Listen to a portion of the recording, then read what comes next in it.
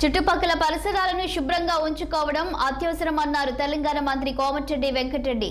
పరిశుభ్రత అందరి ఆరోగ్యాన్ని కాపాడటమే కాకుండా మంచి వాతావరణం కలిగి ఉండడానికి సహాయపడుతుందని తెలిపారు. నల్గొండ పట్టణంలో కోమటిరెడ్డి వెంకటరెడ్డి పర్యటించారు. శేషమ్మగూడెం వద్ద ఉన్న సివరేజ్ ట్రీట్మెంట్ ప్లాంట్ పనులను తనిఖీ చేశారు.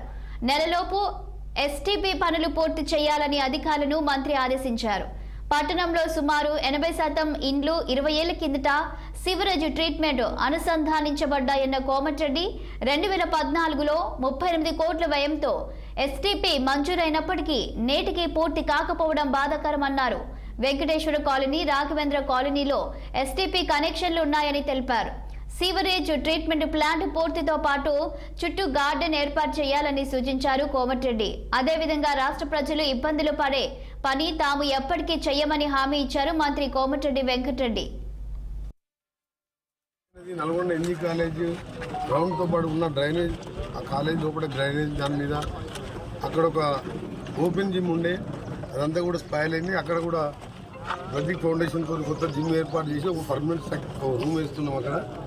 దాంతోపాటు నేను, మా గౌరవ జిల్లా కలెక్టర్ ఇలా గారు, మా జేసీ శ్రీనివాస్ గారు, మున్సిపల్ కమిషనర్ ఎస్సీ గారు, మా ఆఫీసర్లతో నల్గొండలో 70%, 80% హౌస్ కనెక్షన్ ఇచ్చి డ్రైనేజ్ కంప్లీట్ అయ్యి 2014 అయింది.